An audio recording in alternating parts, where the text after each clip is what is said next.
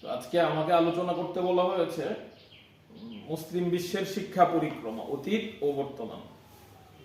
তো এটা তো একটা বিস্তৃত টপিক। মুসলিম বিশ্বের শিক্ষা পরিক্রমাটা রাসূল সাল্লাল্লাহু আলাইহি সাল্লামের সময় থেকে আজকে প্রায় 1450 বছর। এই 1450 বছরের আলোচনা তো আর এখানে অল্প সময়ে করা যাবে না, বা আমি হয়তো পুরোটা জানিও না, করা যাবে গেলেও আমি হয়তো পুরোটা জানিও না। তো আমরা একটা দৃষ্টি ফেরাবো কয়েক উপমা, একটা অঞ্চল ভিত্তিক। কথার কথা, মুসলিম বিশ্বটাকে আমরা কাল পর্বটাকে কয়েক পর্বে বিভক্ত করতে পারি। আমরা একটা হলো রাসূল সাল্লাল্লাহু আলাইহি সাল্লাম এবং সাহাবায়ে কেরামের সমসাময়িক আলোচনা, সমসাময়িক সময়টা। দ্বিতীয় হচ্ছে সাহাবায়ে কেরামের সময় থেকে প্রত্যেকটা গুরুত্বপূর্ণ যে খেলাফত বা শাসন কেন্দ্র, কথার কথা উমাইয়া খেলাফতের সময়কার আলোচনা, আব্বাসীয় খেলাফতের সময়কার আলোচনা, এরপর হচ্ছে পরে হলো খুব ছোট ছোট নুরুদ্দিন জিঙ্কি সালতানাতের আলোচনা, সালাউদ্দিন আইয়ুবী সালতানাতের আলোচনা, উসমানীয় সালতানাতের আলোচনা, উসমানীয় খেলাফতের আলোচনা। এরপরে হলো পরিপ্রেক্ষিতে ভারত, আন্দালুস, স্পেন, তো ওইগুলোতে যে ডাইনেস্টি গুলো ছিল ওই সময়েরকার আলোচনা। এইভাবে আমরা কাল পর্বটাকে ভাগ করতে পারি। আরেকটা হলো অঞ্চল, মিশর, মক্কা, স্পেন, ভারত, এভাবেও ভাগ করতে পারি আর কি আমরা। তো যেভাবেই হোক আলোচনা করি, শুরু করি আলোচনাটা আমার।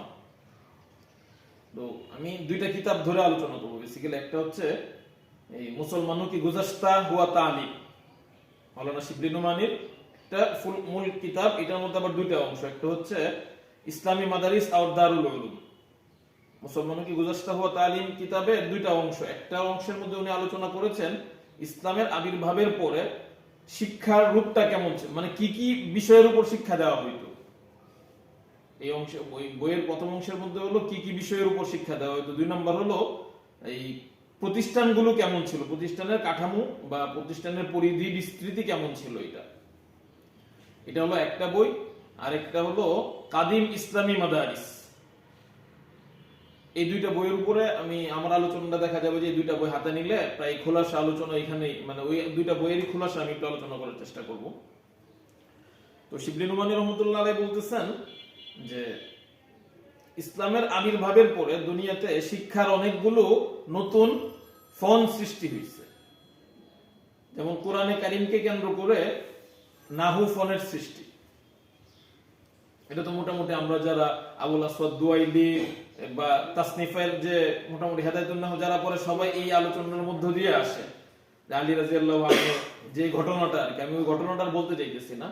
তো উনি বলতেছেন যে নাহুর এর আগে, অর্থাৎ ইসলামের আগেও কিন্তু মানুষ আরবিতে কথা বলতো। এমন না যে ইসলাম আসার পরে নাহু শুরু হয়েছে। নাহুর কাওয়াইদ গুলো ইসলাম আসার পরে না, কাওয়াইদ গুলো লিখিত মানে লেখা হয়েছে ইসলাম আসার পরে। রাসূল মানে কোরআনটাকে সামনে নিয়ে লেখা হয়েছে।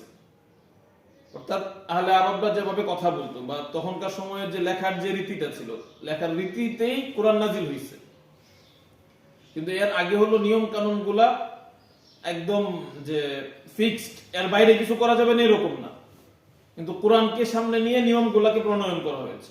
আকসার যে ব্যাপারগুলো ছিল ওইটা হলো মানে কাওয়ায়েদে আসলে এর বাইরে কোরআনের 1-2টা জায়গা যেখানে হলো ওই নিয়মটা মিলতেছে না, ওইখানে খেলাফতি আছে। তো এটা হলো নাহুর বিস্তৃতি। নাহুর পর থেকে আসছে, নাহুকে কেন্দ্র করে নাহুর পরে নাহু আর সরফ শুরুর দিকে একই সাথে ছিল।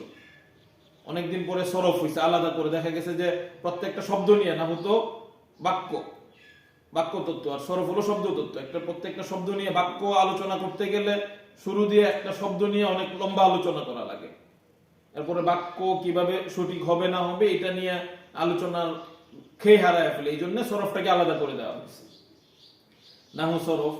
পরে বালাগাত, আমরা তো মোটামুটি অনেক কবির মানে ইসলাম পূর্ব একজন গুরুত্বপূর্ণ কবি তো ইমরুল কায়েস। ইসলাম পূর্ব কবির নাম বললেই মানুষ আর কারো নাম বলেন, একজন মানুষের নাম জানে ইমরুল কায়েস। তো ইমরুল কায়েসরা ওরা কবিতার মধ্যে প্রচুর উপমা প্রেক্ষা ব্যবহার করত। তো এই বালাগাত যেটাকে আমরা বলি আর কি, ফন্নে বালাগাতটা ইসলাম পূর্ব সময়েরই একটা ফোন। কিন্তু এটাকে একটা চূড়ান্ত রূপে আনা হয়েছে কোরআনকে কেন্দ্র করে। কোরআনের মধ্যে যে মাজাজ গুলো ব্যবহার করা হয়েছে, কোরআনের মধ্যে যে বিভিন্ন ইস্তেআরা ব্যবহার করা হয়েছে, তো কোরআনের ইস্তেআরা, কোরআনের মাজাজ, এটাকে সামনে নিয়ে বালাগাত ফোনটা গড়ে উঠছে। তো এটা উনি দেখাইতেছিলেন এরকম আরো অনেকগুলো ফোনের কথা শিবলি নোমানী তার কিতাবের প্রথম অধ্যায়ের মধ্যে, যে ইসলাম আসার পরে জ্ঞানের একটা নতুন একটা জনরা তৈরি হয়েছে। এর আগে শিক্ষা বলতে মানুষ হলো শিখতো কি হাতে কলমে না, মুখে মুখে কিছু হলো একজন একজনকে কবিতাগুলা যে বলতো, কবিতা, এর আগে কবিতাগুলো আমরা যেমন মানে নাহুর কাওয়াইদ, বালাগাতের কাওয়াইদ বা অন্যান্য কাওয়াইদের মধ্যে খেলাফে কিয়াসের উদাহরণ লাগলে ম্যাক্সিমাম উদাহরণগুলো আসে হলো কি ইসলাম পূর্ব সময়ের কবিতা। বিশেষ করে এটা মুখতাসারুল মাআনির মধ্যে বেশি দেখা যায়। মুখতাসারুল মাআনির মধ্যে যে এই আলোচনাগুলো আসছে, মুখালাফাতুল কিয়াস, গারাবাত, যেগুলা মানে ফাসিহ কালিমা, একটা ফাসি হইতে গেলে এগুলো থেকে মুক্ত থাকতে হবে। তো এগুলা থেকে মুক্ত থাকার মানে মুক্ত না এরকম উদাহরণ দিতে গিয়ে যে কবিতাগুলো আনা হয়েছে, ম্যাক্সিমাম কবিতা হলো ইসলাম পূর্ব সময়ের। মানেটা কি, মানে যে কাওয়াইদ গুলো লেখা হয়েছে, যে কাওয়াইদ গুলো সন্নিবেশ করা হয়েছে, এই কাওয়াইদ গুলো তো একটা কমন মানুষের হলো সচরাচর যেগুলো ব্যবহার করে সেগুলা দিয়ে। তো এরপরে যখন দেখা গেল যে আরো এর পূর্বে আরো মানে ইসলাম পূর্ব সময়ের যেহেতু বা বালাগাতটা, নাহুটা, সরফটা যখন ফোন আকারে এস্টাবলিশড হয় না, এর আগে তারা মুখে মুখে শিখতো, মুখে মুখে শিখতে গিয়ে কিছু ভুল হইতো, ওই ভুলগুলো হলো আমাদের খেলাফে মানে খেলাফে কিয়াসের উদাহরণ আর কি। তো উনি এরকম আরো অনেকগুলো উদাহরণ দিয়ে দেখাইছেন যে শাস্ত্রগুলো নতুন জ্ঞানের একটা নতুন জনরা সৃষ্টি হয়েছে। ইসলাম পূর্ব সময়ে যে জ্ঞানটা ছিল এটা হলো কিছু এই গ্রিক দর্শন, গ্রিক দর্শন ছিল তখন। শিক্ষা অর্জন করা মানে হলো কি কিছু গ্রিক দর্শন, গ্রিক দর্শনের মধ্যে হলো কিছু হলো কবিরাজ, হেকিমি কবিরাজ। তখন শিক্ষার ব্যাপারগুলো ছিল হলো সায়েন্স ছিল, সায়েন্স মানে বিজ্ঞান। সায়েন্স বলতে আমরা যে জিনিসটা চিন্তা করি আধুনিক science, rocket science, rocket science না। বিজ্ঞান তো একটা হলো ক্রমধারায় আসছে, নির্মাণটাও একটা বিজ্ঞান।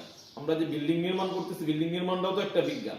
তো ফেরাউনের সময়ে নির্মাণ ক্ষেত্রে দুনিয়া মানে সবচেয়ে উৎকর্ষতার কালপর্ব পার করে আসছে ফেরাউনের সময়ে।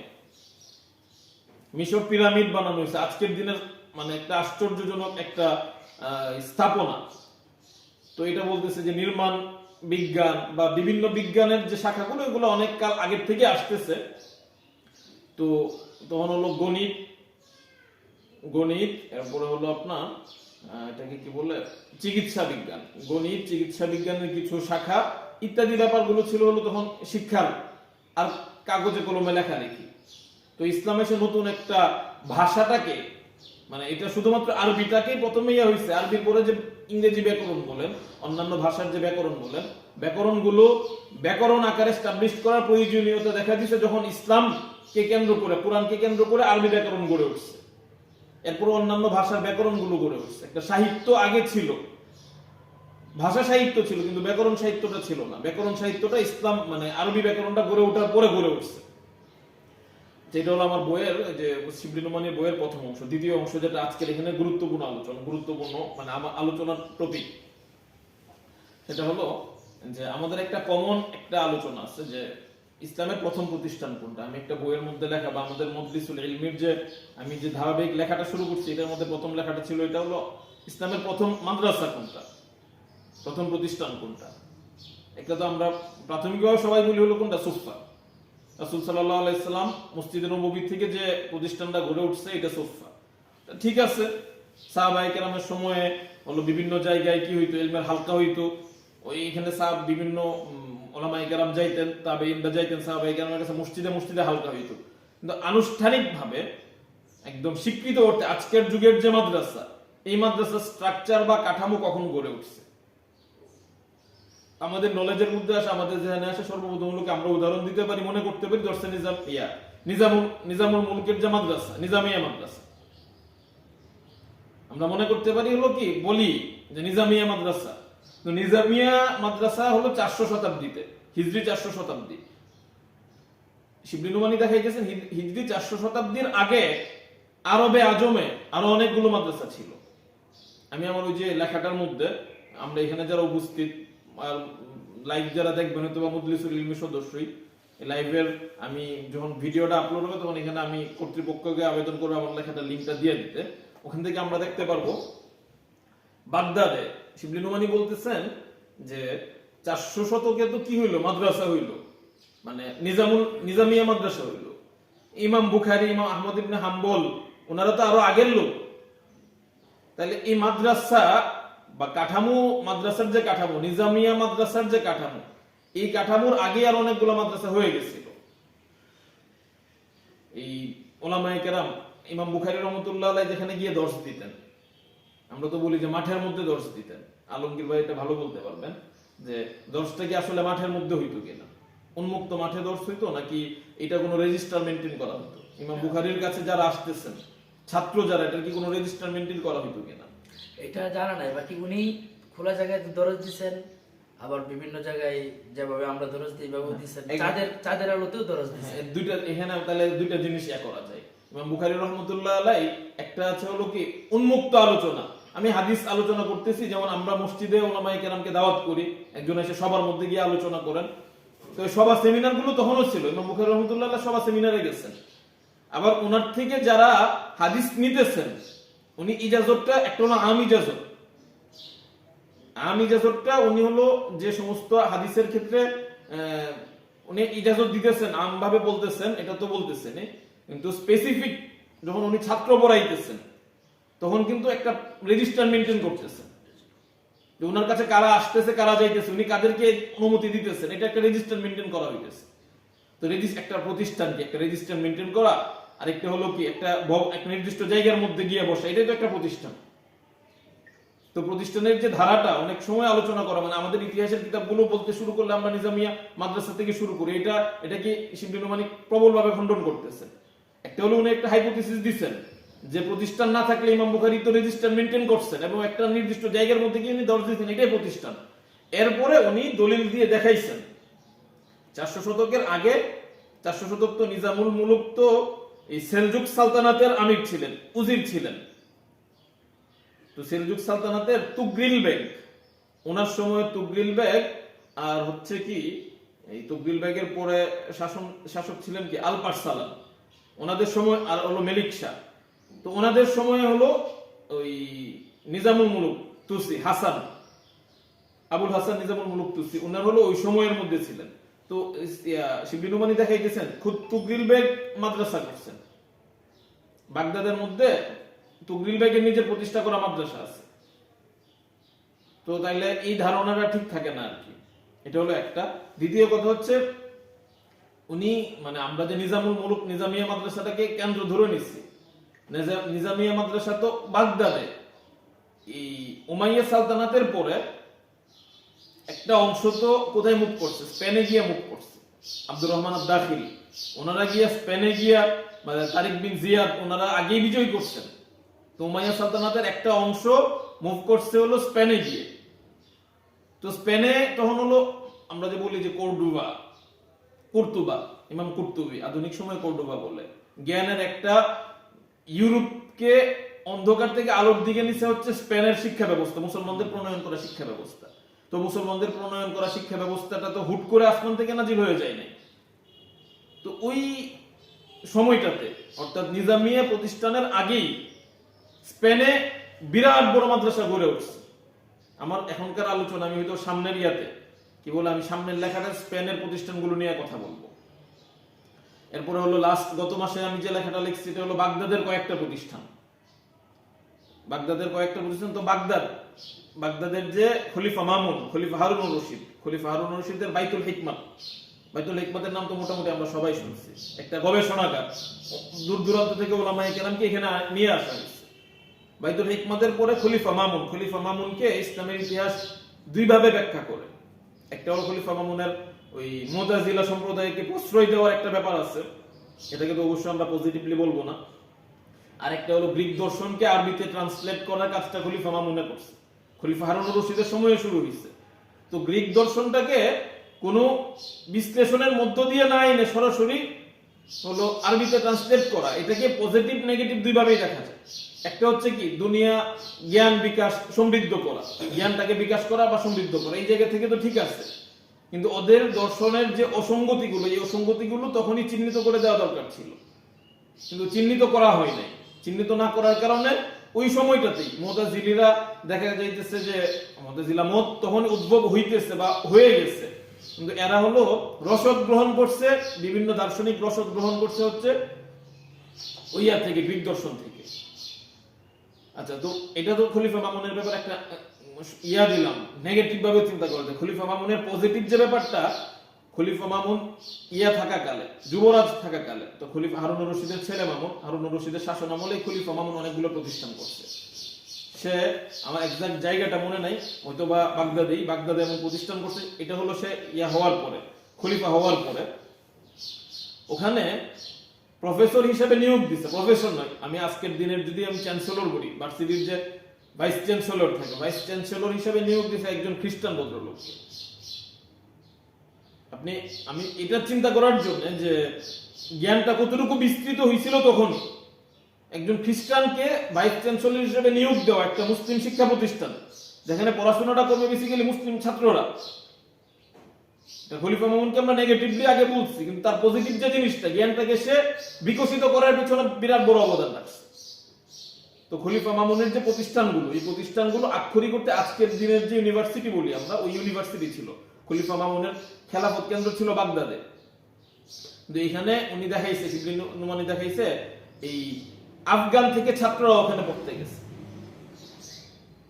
তো আজকের দিনে আমরা যদি কি বলি, মানে ইউনিভার্সিটি মানে কি, বাংলাদেশে তো অনেকগুলো পাবলিক ইউনিভার্সিটি আছে, বাংলাদেশের বাইরে কোনো ছাত্র নেই, নেত্রকোনা একটা পাবলিক ইউনিভার্সিটি, খুব 1000 ছাত্র এখনো বইলে ওঠে নাই, তো সামনে হবে। ঢাকা ইউনিভার্সিটিতে দেখা যাবে যে বিদেশি ছাত্র আছে হলো হাতে গোনা 100 জন কি 200 জন আছে কিনা নিশ্চিত না।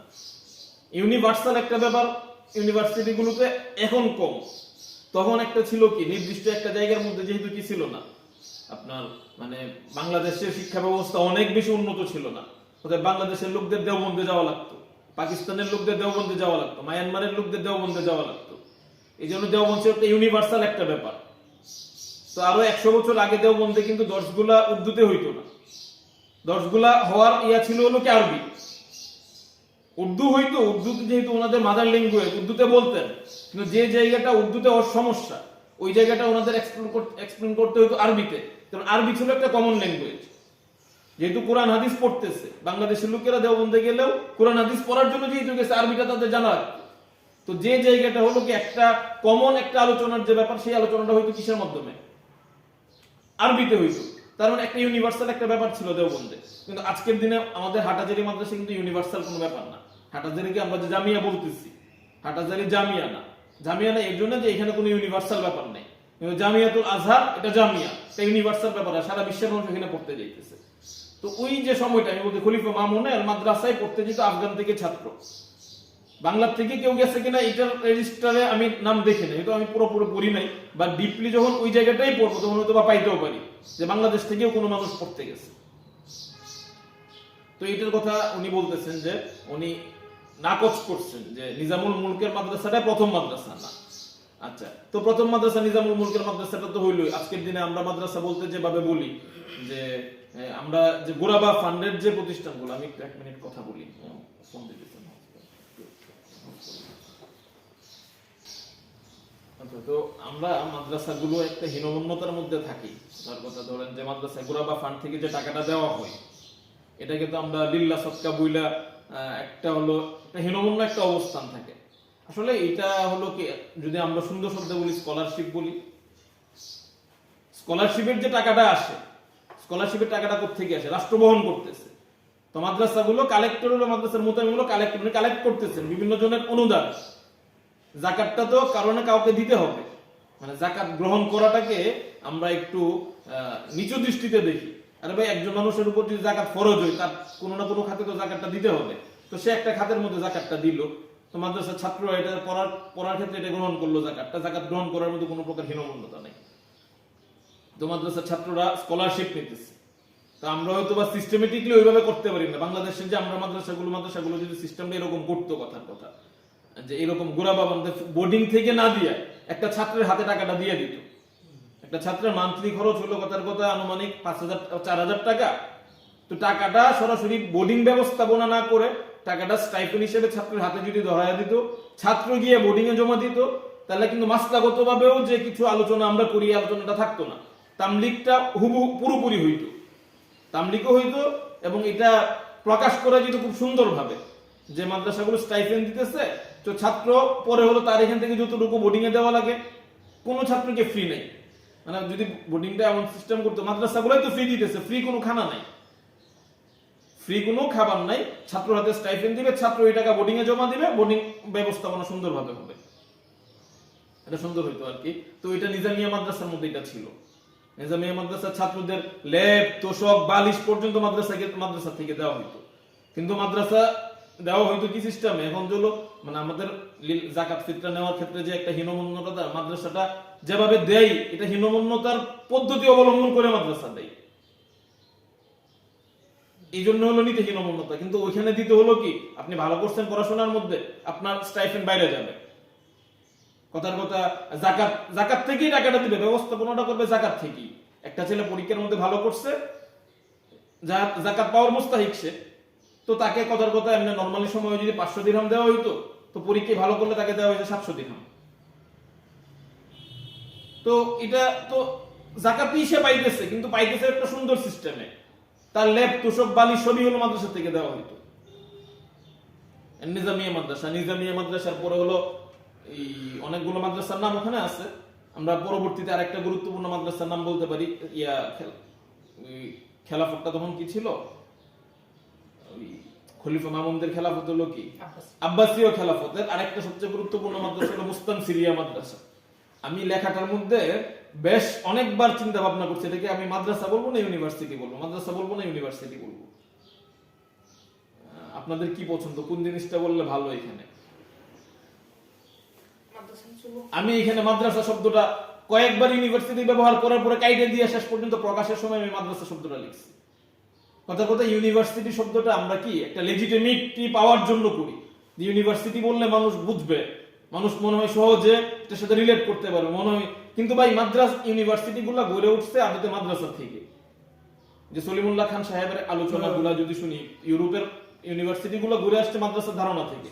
মুস্তানসিরিয়া মাদ্রাসা আজকের যুগের যে একটা ইউনিভার্সিটি, যে কোনো অর্থে বাংলা টোটাল ইউনিভার্সাল সারা বিশ্বের যে ইউনিভার্সিটি গুলো আছে, আপনি হার্ভার্ড থেকে শুরু করে ক্যামব্রিজ বলেন, সবগুলো ইউনিভার্সিটি একটা ছাত্রকে যে পরিমাণ গবেষণা এবং আবাসনের যে সুযোগ সুবিধা দেয়, তার চেয়ে বেশি সুযোগ সুবিধা হলো মুস্তানসিরিয়া মাদ্রাসা দিত।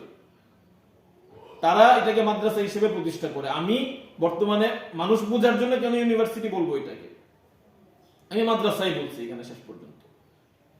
তার থাকা খাওয়া থেকে শুরু করে গবেষণার জন্য বিরাট বড় বড় আব্বাসীয় খলিফা, এক আব্বাসীয় খলিফা মুস্তানসির, সে তো একটা তার যে ব্যক্তিগত লাইব্রেরি পুরাটাই দিয়ে দিচ্ছে মাদ্রাসায়। ওখানকার সময় যে উজির নাজির বা আমির উমারা যারা ছিল, সবাই একটু যার বাড়িতে কিতাব থাকতো তাকে একটু আজকের যুগে কথার কথা ধরেন যে আইফোন থাকলে একটু পশ মনে করা হয়, বা যদি একটা শিক্ষা একটা ইউনিভার্সিটির শিক্ষকের বাড়িতে সে যদি নাও পড়ে, তাও যদি একটা কি থাকে, একটা সেলফ থাকে, 2-3টা কিছু বই, আইনের বই টই থাকে, সে কিন্তু কোনোদিন ধরে দেখে না। কিন্তু একজন ইউনিভার্সিটির শিক্ষক হিসেবে তার বাড়িতে কিছু বই টই লাগে। তো আগের যেহেতু আমির উমারারা হইতই হইলো এই ইসলামী পড়াশোনা কইরা, তো পড়ুক বা না পড়ুক, জানুক বা না জানুক, তার বাড়িতে লাইব্রেরি থাকতো। এটা একটা কমন জিনিস। এটা আমাদের একটা আলোচনার সামনে একটা কেউ যদি পারেন আলোচনার একটা ইয়া হইতে পারে, ইসলামিক লাইব্রেরি গুলো। এটা আমি আলোচনা আমি হয়তো বা করবো, আমার বইয়ের মধ্যে আলোচনা করবো, অথবা আমি স্বতন্ত্র এটা নিয়ে কাজ করবো। কিন্তু কারোর যদি আগ্রহ থাকে, এটা একটা ইয়ার ক্ষেত্র হইতে পারে, গবেষণার ক্ষেত্র হইতে পারে। ইসলামী লাইব্রেরি গুলো দেখবেন যে প্রত্যেকটা সালতানাতের প্রত্যেকটা আমির, এমনকি একটু টাকা পয়সা আছে ধনী মানুষ, তার বাড়িতে একটা লাইব্রেরি আছে। লাইব্রেরি থাকাটা তখন একটা কি ছিল, একটা পশনেস ছিল। আমার বাড়িতে একটা লাইব্রেরি আছে মানে কি, অতিথিতে দাওয়াত দিলে লাইব্রেরি থাকা মানে লোকটার ব্যাপারে একটা শ্রদ্ধা আসে, একটা ভক্তি আসে। তো মুস্তানসিরিয়া মাদ্রাসাতে, নিজামিয়া মাদ্রাসাতে মানুষ টোটাল লাইব্রেরি মাদ্রাসায় দান করে দিত ছাত্রদের গবেষণার জন্য।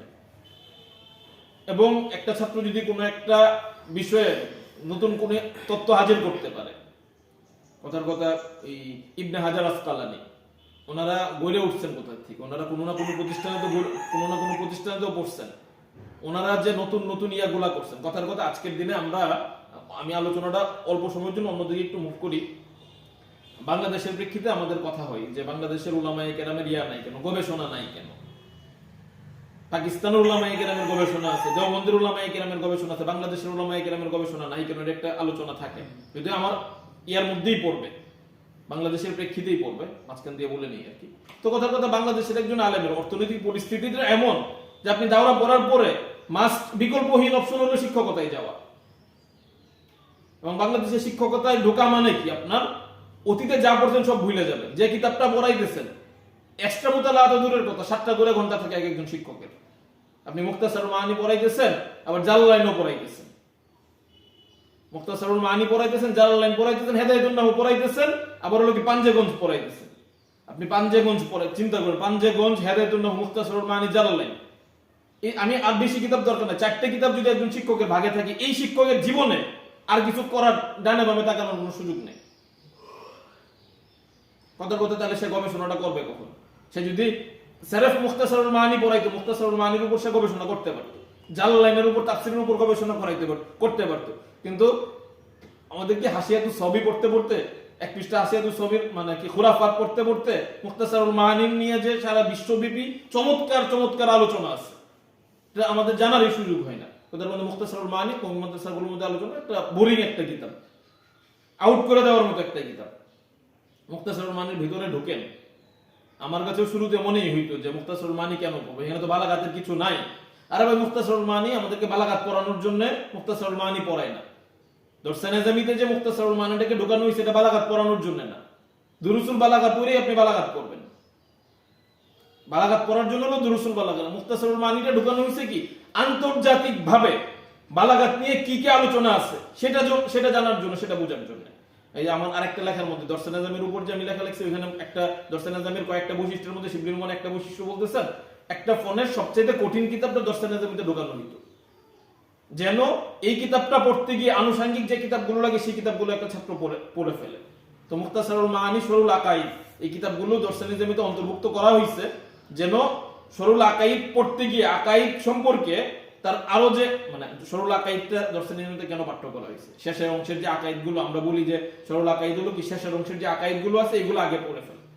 এখন নতুন একটা ট্রেন্ড চালু হয়েছে কওমি মাদ্রাসার মধ্যে, যে শুরুর দিকে হলো কি দার্শনিক ফালসাফাগত আলোচনা, এটা বুঝবে না, এটা বাদ দিয়ে শেষের দিকে যে জিস্ট খোলা তখন হলো আকীদাগুলো কি একটা আকীদা, একটা আয়াত, একটা হাদিস, আকলি নকলি একটা দলিল দিয়ে আকীদা প্রমাণ করতেছে, এটা পড়ে ফেলো বাস, ভালো হয়ে যায়, আকীদা অনেক বুঝে ফেলো। ভাই শরুল আকাইদ এটা পড়ার জন্য, শরুল আকাইদ লেখাই হয়েছে শুরুর 120 পৃষ্ঠা, শুরুর হলো 50 পৃষ্ঠা পড়ানোর জন্য। কারণ শরুল আকাইদ যে আল্লামা তাফতাজানি এই জন্য লেখেন না যে শেষের আকীদা বলে, আল্লামা তাফতাজানি বিশ্বটাকে কি করার জন্য, মানে আকীদা সম্পর্কে কি কি আলোচনা আছে, বাতিল হক, এই আলোচনাগুলোর একটা দার্শনিক একটা ব্যাখ্যা আমাদের সামনে উপস্থিত করার জন্য। মুখতাসার মানে বালাগাতের উপর দার্শনিক কি কি আলোচনা আছে এটা আমাদের সামনে উপস্থিত করার জন্য হলো মুখতাসারুল মাআনি।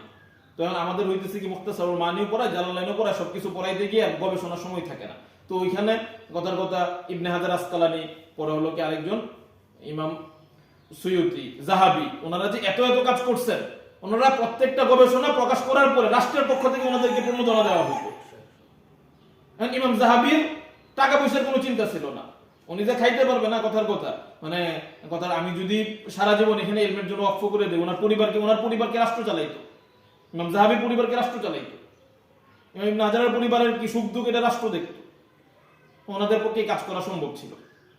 কথার কথা মুস্তান সিরিয়া মাদ্রাসার কথা আমরা বলতেছি, মুস্তান সিরিয়া মাদ্রাসা যে স্টাইপেন্ড দিতেছে ছাত্রদেরকে, আন্তর্জাতিকভাবে তারা বৃত্তি দিতেছে বিভিন্ন, যে ছাত্রদেরকে উৎসাহিত, স্টাইপেন্ড দেওয়া মানে কি ছাত্রদেরকে উৎসাহিত করা, যে এখানে গেলে তুমি 1 আশরাফি করে পাইতো ছাত্ররা, 1 আশরাফি করে মানে 1 আশরাফি পাওয়া মানে কি তখনকার দিনে তার পুরো টোটাল পরিবারের খরচ 1 টাকা দিয়ে সে ছাত্র ওই মাদ্রাসায় ভর্তি হইতে পারে, মানে কি ওই টাকা দিয়ে সে তার পুরো পরিবার চালাইতে পারতেছে। তো এই ছাত্র গবেষণা না করে যাইব কই?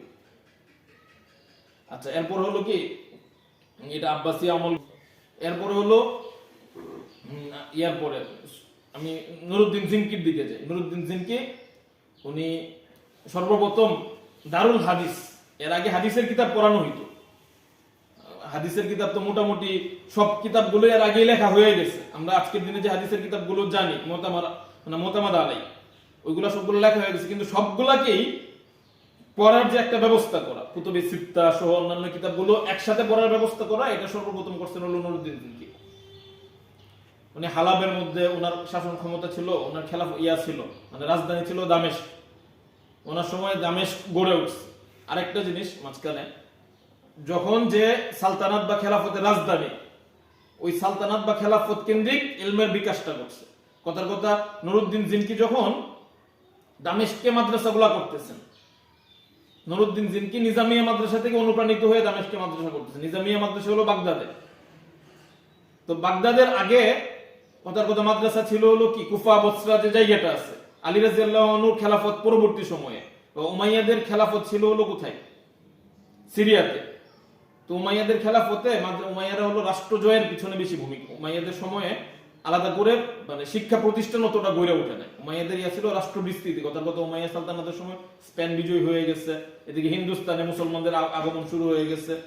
তো ওই সময়ে আলাদা করে প্রতিষ্ঠান ওই গড়ে ওঠে না। ওলামায়ে কেরাম হলো যে ইমাম বুখারী, ওনাদের ওই সময় সমসাময়িক বড় বড় দর এক জায়গায় যাইতেন, বড় বড় দর দিতেন, ওনারা যেখানে যাইতেন এখানে মাদ্রাসা গড়ে উঠতো, রাষ্ট্র মাদ্রাসা করতো। এরকম রাষ্ট্র তখন হলো মসজিদ করতো। উমাইয়া সালতানাতের মধ্যে রাষ্ট্র মসজিদ করতো, মসজিদের পাশে মাদ্রাসা ছিল। কিন্তু আলাদা করে মাদ্রাসা করা, এই মাদ্রাসার কাঠামোটা করেছে আব্বাসীয় আমলে, যে বাইতুল হিকমত হওয়া এর পরবর্তীতে। কিন্তু এর আগে মাদ্রাসা ছিল, তো মাদ্রাসাটা হতো মসজিদ ভিত্তিক মাদ্রাসা উমাইয়া সালতানাতের আমলে। তো নুরউদ্দিন জিনকি ওনারা মাদ্রাসা করছেন হলো দামেস্কে। দামেস্ক, হাল ইত্যাদি রাষ্ট্রগুলো ইত্যাদি জায়গাগুলোতে মাদ্রাসা হয়েছে। নুরউদ্দিন জিনকির পরে সালাউদ্দিন আইয়ুবীর শাসনামল। তো সালাউদ্দিন আইয়ুবী আবার মাদ্রাসা করছেন হলো মিশরে। তো বলতেছে ইমাম সুয়ুতি একটা কিতাব আছে মিশর এবং সিরিয়ার মাদ্রাসার উপরে, উসনুল মুহাজারা ফি উসনুল মুহাজারা। তো আরে ভাই, এত চমৎকার আলোচনা বা এত সুন্দর সুন্দর মাদ্রাসার বিবরণী আমি ওইখান থেকে পড়তেছিলাম। আমার মনে হইতেছিল যে আমি টোটাল আলোচনাটাকে বাদ দিয়ে আমি মিশরের প্রতিষ্ঠানগুলো নিয়ে কাজ করি। কিন্তু বাংলাদেশে তো মিশরের প্রতিষ্ঠানগুলো কাজ করার কোনো খাওয়া নেই, বাংলাদেশের প্রেক্ষিতে এটা জরুরতও নেই। আমি শুধুমাত্র কেন মিশরের প্রতিষ্ঠানগুলো নিয়ে আমি কাজ করবো, আন্তর্জাতিক একটা ওভারঅল একটা সিচুয়েশন সিনারিও আমার লাগবে। তো সালাউদ্দিন আইয়ুবী উনি হলো মিশরে মাদ্রাসা করছেন, এট দ্য সেম টাইম ভারতে মাদ্রাসা গড়ে উঠছে। কথার কথা, ভারত সালাউদ্দিন আইয়ুবীর সময়ে ভারতের মাদ্রাসাগুলো কেমন ছিল? বাংলাদেশের রংপুরে একটা বিরাট বড় মাদ্রাসা ছিল। এইটার আলোচনাটা আমি করি হলো হিন্দুস্তানকে কাদিম দরসগাহ, একটা কিতাব আছে। আরেকটা হলো তারিখে আলিয়া, আলিয়া মাদ্রাসার ইতিহাস। এটা বাংলাও আছে, মূলটা ছিল হলো উর্দুতে। তো এই তারিখে আলিয়ার শুরুর যে 10 পৃষ্ঠা, উনি বেসিক্যালি আলিয়া মাদ্রাসা, কলকাতা আলিয়া মাদ্রাসা, ঢাকা আলিয়ার আলোচনা করছেন। তো শুরুর 10 পৃষ্ঠার মধ্যে উনি দেখাইছেন ওই রংপুরে একটা বিরাট বড় মাদ্রাসা ছিল। এরপর হলো রংপুরের পরে তখন হলো ওই ভারত বাংলাদেশের যে সংযোগস্থল নদিয়াতে বিরাট বড় একটা মাদ্রাসা ছিল। উনি 5টা মাদ্রাসা, বড় বড় মাদ্রাসার করছে, সবগুলা ছিল হলো উত্তরবঙ্গে।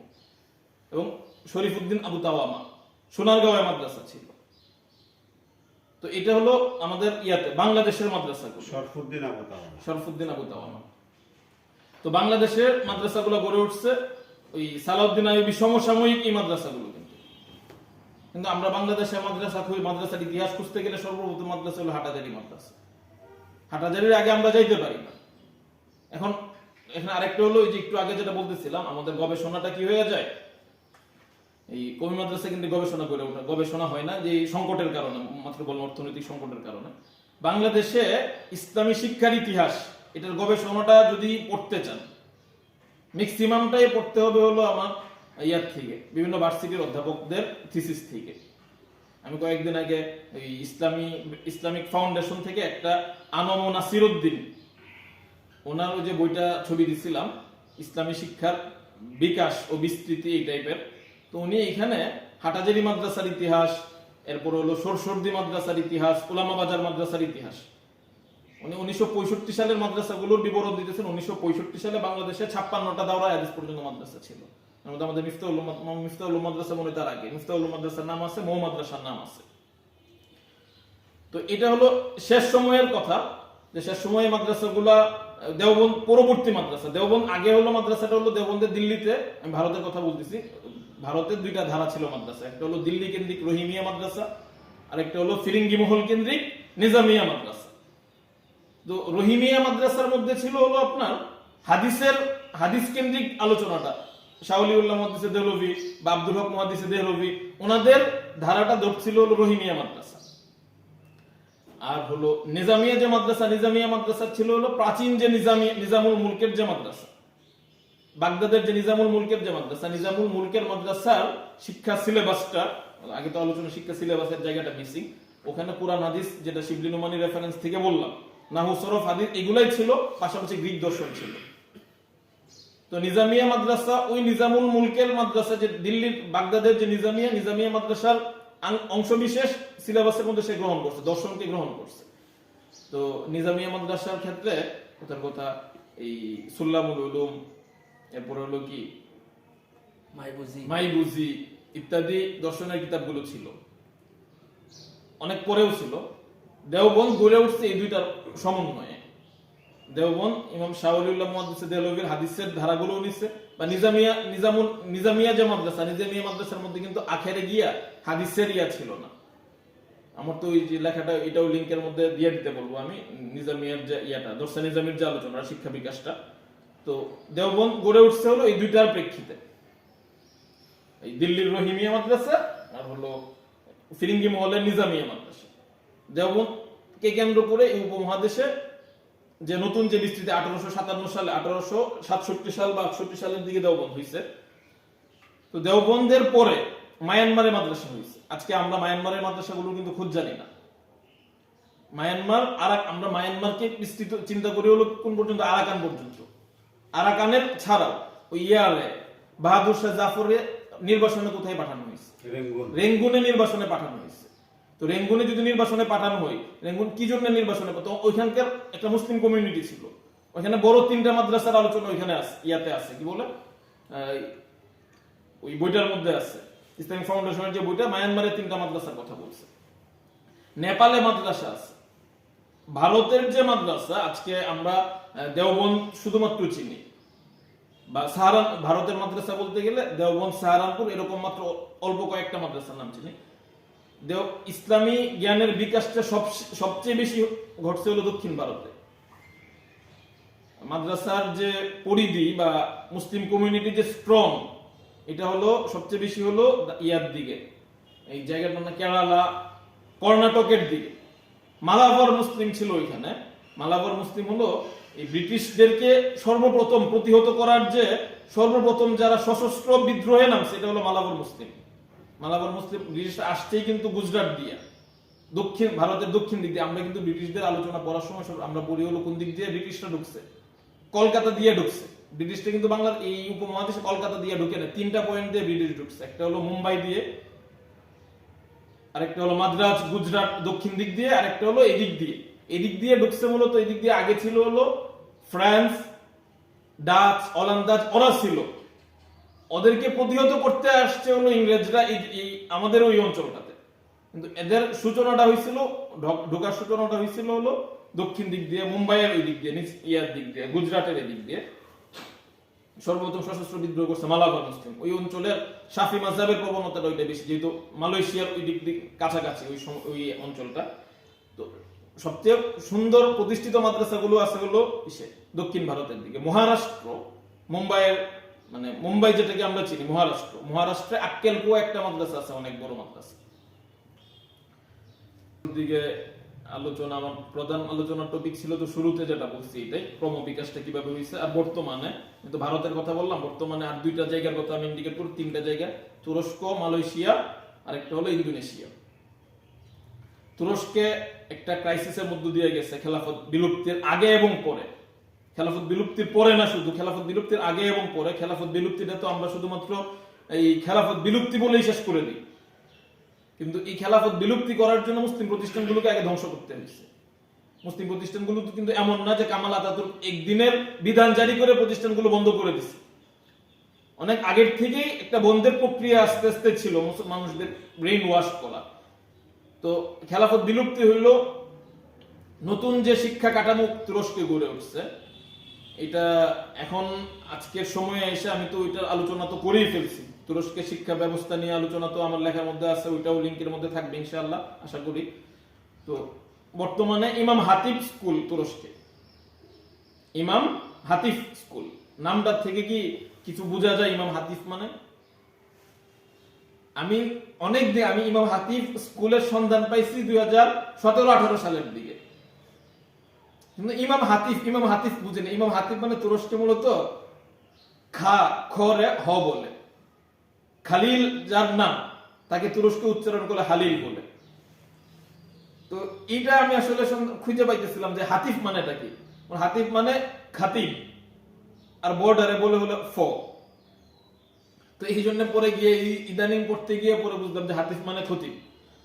ইমাম হাতিফ বা ইমাম খাতিব যে স্কুলটা, এই স্কুলের অধীনে বর্তমানে অনেকগুলো রেস্ট্রিকশনের মধ্য দিয়ে আসছে। ওরা বারবার স্কুল কার্যক্রম শুরু করে আবার ব্যান করে ফেলা হয়। তো বর্তমানে প্রায় 24,000-এর উপরে ইমাম হাতিফ স্কুল আছে। এখন আমরা ধর্মশিক্ষার আলিয়া মাদ্রাসার যে সিলেবাসটা, বর্তমান আলিয়া মাদ্রাসার যে সিলেবাসটা ইমাম হাতিফ স্কুলে ওই সিলেবাসটা ফলো করা হয়। আলিয়া মাদ্রাসার মধ্যে যেমন এই আরবি সাবজেক্ট গুলোর চাইতে ইয়ার প্রবণতাটা বেশি, জেনারেল সাবজেক্ট এখনকার সময়ে গুরুত্ব বেশি দেওয়া হয়। তো ওইখানে সেম। তো আলিয়া মাদ্রাসা যেমন একটা কি বেওয়ারিশ, কারোর কোনো নজরদারি নাই, ওইখানে এটা নজরদারি না। সরকার মানে বর্তমান যে সরকার, আক পার্টির যে সরকার, তাদের হলো একটা বড় একটা অংশ ইয়া থাকে, মনোযোগ থাকে হলে ইমাম হাতিফ স্কুলগুলোকে কিভাবে আরো স্টাবলিশ করা যায় আর কি। তো এরপর এইগুলা ইয়ার থেকে ওদের যে আঙ্কারা ইউনিভার্সিটি, ইস্তাম্বুল ইউনিভার্সিটি, দুইটা ইউনিভার্সিটিতে স্বতন্ত্র ধর্মের উপরে, ধর্ম বিষয় থিওলজির উপরে আলাদা করে অনেকগুলো কোর্স আছে। তুরস্কের পরে মালয়েশিয়ার শিক্ষা ব্যবস্থার হলো ইন্টারেস্টিং ব্যাপার। আমরা বাংলাদেশে একটা কথা বলি, একদিন আগে সংসদে হাসানাত আব্দুল্লাহ বলছে বাংলাদেশের যে শিক্ষা ব্যবস্থা বহুমুখী শিক্ষা ব্যবস্থা, একটা হলো ইংলিশ মিডিয়াম, আরবি মিডিয়াম, আবার হলো কি মূলধারা বাংলা মিডিয়াম। একটা দেশের মধ্যে শিক্ষা ব্যবস্থা অনেকগুলো থাকা পজিটিভ না নেগেটিভ, এটা আমি ইফতিখার জামিলের সাথে কথা বলতেছিলাম কয়েকদিন আগে। আমার মত ছিল এরকম যে আমি মালয়েশিয়ার শিক্ষা, ইফতিখার জামিল মালয়েশিয়া থেকে পড়াশোনা করে আসছে, যে এই একটা দেশের মধ্যে শিক্ষা ব্যবস্থা যদি মালয়েশিয়ার মতো হয়, কথার কথা কিছু ছাত্র ফন্ডাক শিক্ষা ব্যবস্থা, একদম মৌলিক শিক্ষা ব্যবস্থা, ফন্ডক মানে আরো 500 বছর আগের শিক্ষা ব্যবস্থা, যেখানে শুধুমাত্র একদম একাডেমি, আমাদের আজকের যুগের কওমি মাদ্রাসা যেমন তার চাইতে আরো পুরাতন, মানে ওইখানে ইংরেজির কোনো ছোঁয়া ওরা নিতে দিবে না, একটা শিক্ষা কাঠামো এটা। আরেকটা হলো এই মাধ্যমিক একটা আছে, নামটা এই মুহূর্তে এসকেপি বা এরকম কাছাকাছি একটা, ওটা হলো সেকুলা আগমা, আরো কি মালয়েশিয়ার নাম তো আমি ভালো করে মনে থাকে না এটা। তো ওইটা হলো আলিয়া মাদ্রাসার কাছাকাছি, আমাদের বর্তমান বাংলাদেশের সাথে কম্পেয়ার করলে আলিয়া মাদ্রাসার কাছাকাছি। বাকি ওইটার মধ্যে গালেব হলো আরবিটা, ওইটা আলিয়া মাদ্রাসার কাছাকাছি। ওইটা ওখানকার ছাত্ররা ম্যাক্সিমামই হলো পড়তে যায় আইআইইউমে, ইসলামী ইউনিভার্সিটি মালয়েশিয়া, আর হলো জামিয়াতুল আজহারে। ওটা আলিয়া মাদ্রাসা শিক্ষা ব্যবস্থা জেনারেল আছে, কিন্তু গালেব হলো কোনটা, এই আরবিটা গালেব। আরেকটা শিক্ষা ব্যবস্থা আছে জেনারেল, আরবি দুইটাই আছে, কিন্তু গালেব হলো জেনারেলটা। ওইটা আবার মালয়েশিয়ান ইউনিভার্সিটি গুলোতেই থাকে। 4 ধরনের শিক্ষা ব্যবস্থা মালয়েশিয়াতে আছে। তো আমি বলতেছিলাম যে মালয়েশিয়া যদি কি করতে পারে, একটা সুন্দর উদাহরণ কি, ওরা আবার আমাদের বাংলাদেশের প্রেক্ষিতে যদি বলি জালালাইন মিশকাত, সবগুলো জালালাইন মিশকাতে গিয়া সব দিকেই মুভ করতে পারে তারা। একটা ছেলে ইউনিভার্সিটিতেও যাইতে পারবে, কেউ যদি কি করতে চায় সবগুলো শিক্ষা ব্যবস্থা থেকে, জামিয়াতুল আজহারে পড়তে যে জামিয়াতুল আজহারে পড়তে পারবে, আইআইইউমেও পড়তে পারবে। তবে বাকি হলো প্রত্যেকটা ধারা ওই পরীক্ষাগুলো দিয়ে যেতে হবে। কেউ যদি কথার কথা এসকেএম বা যে নামটা বললাম এটা দিয়েই পড়লো সে, যেখানে আরবিটা গালে পড়ার পরে একটা সময় গিয়ে মনে হইলো আমি একটু জেনারেল দিকে মুভ করি, তার জন্য এই সুযোগটা আছে। বা আরেকটা শিক্ষা দ্বারা আমি নামটা এই মুহূর্তে ভুলে গেছি, ওইটা জেনারেল গালে, তার একটা পর্যায়ে গিয়ে মনে হইলো আমি কোন দিকে যাই, আরবির দিকে যাই, জামিয়াতুল আজহারে গিয়ে পড়তে যাই, সে আর কিছু এক্সট্রা কিছু পরীক্ষা দিয়ে জামিয়াতুল আজহারে যাইতে পারে। তো বাংলাদেশে মনে হয় পাকিস্তান আমলে একটা ইয়া ছিল, শিক্ষা ব্যবস্থাটা এরকম ছিল। আমি এক্সাক্ট এই জায়গাটা আমি পড়ি নাই। আমাদের ওই ইয়া স্কুল যে এটার নাম কি, থানার মোড়ের যে মহিলা গার্লস বালিকা, আদর্শ বালিকার সাবেক প্রিন্সিপাল, তো তার সাথে একদিন আমার কথা হয়েছিল। সে আমাকে মানে কামিসা জিজ্ঞেস করতেছে, ট্রেনে আমি ময়মনসিংহ থেকে নেত্রকোনা এসে কামিসা জিজ্ঞেস করতেছে। আমি একটু হকচকায় গেলাম, তার আগে পরে আমার তার সাথে কোনো কথা নেই, কামিসা আরো কয়েক বছর আগে, আমি এই মুহূর্তে মানে কি বলবো আমি ইয়া করতে পারতেছি না, ঘড়ির দিকে আমি বাংলায় বলছি 4:30 বা এরকম, মানে 4:30 বা 5টা এরকম বাজে কিছু একটা বলছি। পরে আমি একটু তার প্রতি আগ্রহী হইলাম যে আঙ্কেল এটা মানে আপনি আরবি জানেন বা কিভাবে কি আপনার পরিচিতিটা কি? উনি বলছে আমি ওই আদর্শ বালিকা প্রিন্সিপাল, আমাদের সময় ওনারা যখন পড়ছে তখন হলো স্কুলগুলোতেও ম্যান্ডেটরি ছিল আরবি শিক্ষা, আরবি উর্দু শিক্ষা স্কুলগুলোতেও ম্যান্ডেটরি ছিল, মানে পড়তে হইতো। আমাদের ধর্মশিক্ষা আছে না, ধর্মশিক্ষা যেমন একটা কমন ওই ক্লাস 10 পর্যন্ত আছে, তো ক্লাস 10 পর্যন্ত ধর্মশিক্ষার অধীনে তাদেরকে আরবি পড়ানো হতো।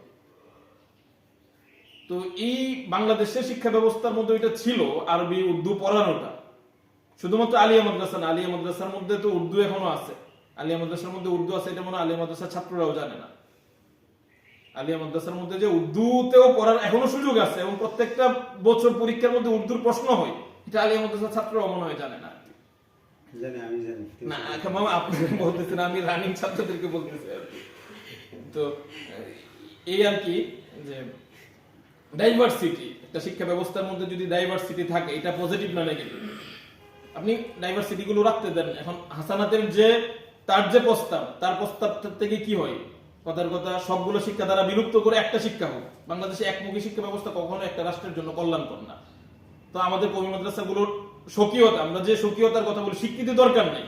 আপনি যখন একমুখী শিক্ষা চালু করতে যাবেন, একটা রাষ্ট্র ইয়ার মধ্যে জ্ঞানের দৈন্যতার মধ্যে পড়বে। কিন্তু এটা সারা বিশ্বের কখনোই কোথাও মানে একমুখী শিক্ষা ব্যবস্থা ছিলই না। আমরা মুস্তান সিরিয়া মাদ্রাসার কথা বললাম, মুস্তান সিরিয়া একটা ডাইভার্স, সারা বিশ্ব থেকে তখনকার সময় 600 শতকে, হিজরি 600 শতকে যদি একজন আফগান মানুষ পড়তে যায়, হিজরি 600 শতকে আফগান মানুষ বাগদাদে পড়তে যাইতেছে, ডাইভার্স ছিল এখানে না, পশতুন ভাষা তাদের পর এর মধ্যে ছিল। ও আচ্ছা ওইটা ভুলে গেছি, কিন্তু ওই মুস্তান সিরিয়া মাদ্রাসার মধ্যে কিন্তু আপনার 6টা বা 7টা ভাষা ছিল। মুস্তান সিরিয়া মাদ্রাসার মধ্যে 6টা বা 7টা ভাষা পড়ানো হইতো, আরবি তুর্কি, এই দুটো তো কমন। আরবি তুর্কির পরে হিন্দুস্তানের উর্দু, আরো কি কি যেন চাকতাই ভাষা, চাকতাই ভাষাটা তুর্কি ভাষা, আর দুইটা ভাষা ইংলিশ ল্যাটিন এগুলো না, আর দুইটা ভাষা কি যেন ছিল আর কি মুসলিম ওই সময়ের। তো একটা হলো মালয়েশিয়ার কথা বললাম, ফন্ডা মালয়েশিয়ার একদম গোড়া শিক্ষা ব্যবস্থা আছে। তো ইফতিকারের সাথে যেটা বলতেছেন, ইফতিকার বলছে সে মালয়েশিয়ার উদাহরণ দিয়ে বলছে আমাদের দরকার হলো কি একটা পর্যায়ে গিয়ে সমন্বয় করা কওমি মাদ্রাসাগুলো থেকে, যে আমরা বলতেছি যে স্বীকৃতি দরকার কি দরকার না, এই আলোচনার বাইরে আমাদের কওমি মাদ্রাসার মধ্যে আমরা কওমি মাদ্রাসার সংস্কারের আলোচনা করলে আমরা ব্যাপক হারে বলে দিই বিজ্ঞান ঢুকায় দাও, গণিত ঢুকায় দাও, এই ঢুকায় দাও, ওই ঢুকায় দাও। ভাই দরকার নাই তো বিজ্ঞান ঢুকানো, গণিত ঢুকানো। প্রত্যেকটা মানুষেরই যে বিজ্ঞান জানতে হবে, স্কুলের যে ছেলেটা পড়ে কতটুকু বিজ্ঞান জানে না, তো তাদের নতুন করে ঢুকানোর দরকার নাই। আমরা কওমি মাদ্রাসার থেকে যতটুকু পারি এতটুকু কোন কোন জায়গাটার মধ্যে ক্ষেত্র, কথার কথা ধরেন নতুন করে এমন আলোচনা হইতেছে ধর্মশিক্ষা, স্কুলের যে ধর্মশিক্ষাটা, মানে স্কুলের যে ধর্মশিক্ষক কওমি মাদ্রাসা থেকে নেওয়ার একটা আলোচনা হইতেছে, যে জায়গাটা কথার কথা স্পেসিফিক কোনো শিক্ষার দরকার নেই, এমন অনেক মন্ত্রণালয়ের চাকরি, বাংলাদেশের যে বিভিন্ন মন্ত্রণালয়ের বা বিভিন্ন অধিদপ্তরের যে চাকরি, এই চাকরিগুলো করার জন্য বিজ্ঞান কতটুকু দরকার লাগে বা ইংরেজি কতটুকু দরকার লাগে, দরকার তো লাগতেছে না বিজ্ঞান বা ইংরেজি। তাই আমরা কথার কথা সংস্কারের আলোচনা, চাকরি করতে হবে, সংস্কার করতে হবে, বিজ্ঞান ঢুকাও, গণিত ঢুকাও, ইংরেজি ঢুকাও, দরকার নাই।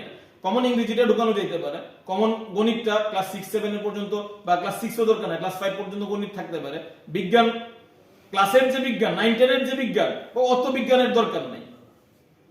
বিজ্ঞানের যে বেসিক টার্ম যেগুলো না বুঝলেই না, বা ইসলামকে বুঝতে গেলেও বা ইসলামকে ব্যাখ্যা করতে গেলেও বিজ্ঞানের যে অংশটুকু, আধুনিক বিজ্ঞানের যে অংশটুকু লাগে, এইগুলা শিক্ষাটাই এনাফ। আপনারা কোলাবোরেশন করেন, কোন কোন জায়গাগুলোর মধ্যে নিয়োগ দেওয়া যায় বা মাদ্রাসা, এটা চিন্তা ভাবনা করেন, তাহলে ইয়ার দরকার পড়বে না, মানে স্বকীয়তা হারানোর যে আশঙ্কা, এটা দরকার পড়বে না। বা আলোচনা, ওরা যখন আলোচনাগুলা করে, বিশেষ করে সলিমুল্লাহ খান, উনি এই আলোচনা, হাসানাত যে আলোচনা করছে, এই আলোচনার গুরু হলো তাত্ত্বিক হলো সলিমুল্লাহ খান। উনি দেখাই দিয়েছেন ব্রিটেনে কোনো কিনা একমুখী শিক্ষা, সবাই হলো ইংলিশ মিডিয়াম পড়তেছে, আর কোনো মিডিয়াম নাই। তো বাংলাদেশেও এক মিডিয়াম, বাংলা মিডিয়াম। সলিমুল্লাহ খান হলো ইংলিশ মিডিয়ামের ঘোর বিরোধী লোক। সেই ইংলিশ মিডিয়ামকে ইয়া করতে গিয়া, মানে ইংলিশ মিডিয়ামকে অপনোদন করতে গিয়ে বাংলাদেশে এই উদাহরণটা নেই যে ইংলিশ মিডিয়াম আছে, আরবি মিডিয়াম আছে, কওমি মাদ্রাসা আছে, সে সবগুলোকে বাংলা মিডিয়াম করতে, যে দরকার নাই, বা ইংলিশ মিডিয়ামটাও থাকুক, বাংলা মিডিয়াম থাকে, আরবি মিডিয়াম থাকে, কোন জায়গাটার মধ্যে সমন্বয় করা যায়। কথার কথা একটা কওমি মাদ্রাসা একটা ছাত্র যদি ক্লাস 8, 9, 10 আমি দুইটা দিক বলতেছি সমন্বয়ের। একটা হলো সমন্বয় না করে সরাসরি চাকরি ক্ষেত্রে যাওয়া যায় কিভাবে, এটা ফিকির করা। আরেকটা জায়গার মধ্যে হলো কওমি মাদ্রাসার শিক্ষা কাঠামো বহাল রেখে ঠিক ক্লাস সরেবেকায়া এই একটা পর্যায়ে পর্যন্ত গিয়ে সমন্বয় করা, এরপরে যেন একটা ছাত্র মুভ করতে পারে আলিয়া মাদ্রাসায় যাক। আমাদের হলো আরেকটা প্রবণতা আছে, আমরা যদি কি পড়ে ফেলি, মানে সরেবেকায়া পড়ে যদি আলিয়া মাদ্রাসায় যাওয়ার একটা সুযোগ তৈরি হয়, কওমি মাদ্রাসা ছাইড়া দিবে ছেলেরা। ভাই যে ছেলেটা কওমি মাদ্রাসা ছাইড়া দিবে, ওরে আপনি যদি সরেবেকায়াতে যাওয়ার সুযোগ নাও দেন তাও ছাইড়া দিবে। ভাই এই ছাত্ররা কওমি মাদ্রাসা রাইখে লাভ নেই। আমাদের দরকার ছাত্রদের ভাবে এইভাবে মোটিভেট করা যেন সে নিজ আগ্রহে কওমি মাদ্রাসায় থাকে। ধৈর্যবান্ধে পীরের মুরিদ হয় না। ধৈর্যবান্ধে যেগুলো পীরের মুরিদ হয়, একটাও দাওরার পরে গিয়া ভালো কোনো জায়গার মধ্যে কর্মসংস্থানে ঢুকতে পারে না। যারা ভালো করে, যেমন আমি নিজের আগ্রহে কওমি মাদ্রাসাটাকে বাইছে নিছি, আমার হাতে পর্যাপ্ত পরিমাণ অফুরন্ত সুযোগ আছে, সুযোগ ছিল, ওগুলোকে বাদ দিয়ে আমি কওমি মাদ্রাসাকে বাইছে নিছি। তো যাদের হাতে সুযোগ থাকবে ওরা কওমি মাদ্রাসা এমনিই থাকবে, ওই রেস্ট্রিকশন দরকার নাই যে আমরা স্বীকৃতি দিলে এইদিকে চলে যাবে ওইদিকে চলে যাবে। তো রাষ্ট্র আমরা যদি বৃহত্তর ফিকির না করি তাহলে আমরা এই পর্যন্তই থাকবো যে আমাদের ছাত্র এইদিকে চলে যাবে ওইদিকে চলে যাবে। আমি মনে হয় মুরব্বীরা আসার পরে আলোচনার হারায় ফেলছি। না চলা যাও, সুন্দর। না, আমি যে গতিতে চলতেছিলাম ওই গতিটা হারায় ফেলছি, এই জন্য এদিকে ওইদিকে চলে যাইতেছে। আমার আলোচনা মামা শেষ, 1 ঘন্টা হয়ে গেছে। মোটামুটি আমি আলোচনা গুছায় ফেলছি। এই 3টা আলোচনা করলাম। একটা হলো মুসলমানকে গুজাস্তা হুয়া তালিম, ইসলাম আবির্ভাবের পরে যে ফর্মগুলো কিভাবে গড়ে উঠছে এটা। আরেকটা হলো খেলাফত আমলের যে শিক্ষা প্রতিষ্ঠানগুলো, এই বাগদাদে ছিল, এই সেলজুক সালতানাতে ছিল, এই স্পেনে ছিল, তুর্কি সালতানাতে ছিল, এটা বললাম। সর্বশেষ হলো অগুছালু ভাবে বললাম হলো আমাদের হিন্দুস্তানের কথা। তো এটার উপরে কারো যদি, আমি তো টাইম ওভার করে ফেলছি, কারো প্রশ্ন থাকলে 5 মিনিট সময়ের মধ্যে প্রশ্নের উত্তর আমরা করতে পারি আর কি। দারুল হাদিস আশরাফিয়া নিয়ে এত কিছু বললাম না। আমি আলাদা করে স্পেসিফিক প্রতিষ্ঠান দুইটাই মাত্র বলছি, নিজামিয়া মাদ্রাসা আর একটা হলো আপনার এই মুস্তানসিরিয়া মাদ্রাসা। আমার আলোচনার মধ্যে স্পেসিফিক প্রতিষ্ঠান চাইতে ওভারঅল সিনারিওটা আমি চেষ্টা করছি আর কি বলার জন্য। কোনো প্রশ্ন নাই। আচ্ছা, জামাতুল জাইতুনা নিয়ে আলোচনা হয়েছে, জাইতুনা। আর কোনো প্রশ্ন নাই। আচ্ছা, তো আমি শেষ করতে পারি। আচ্ছা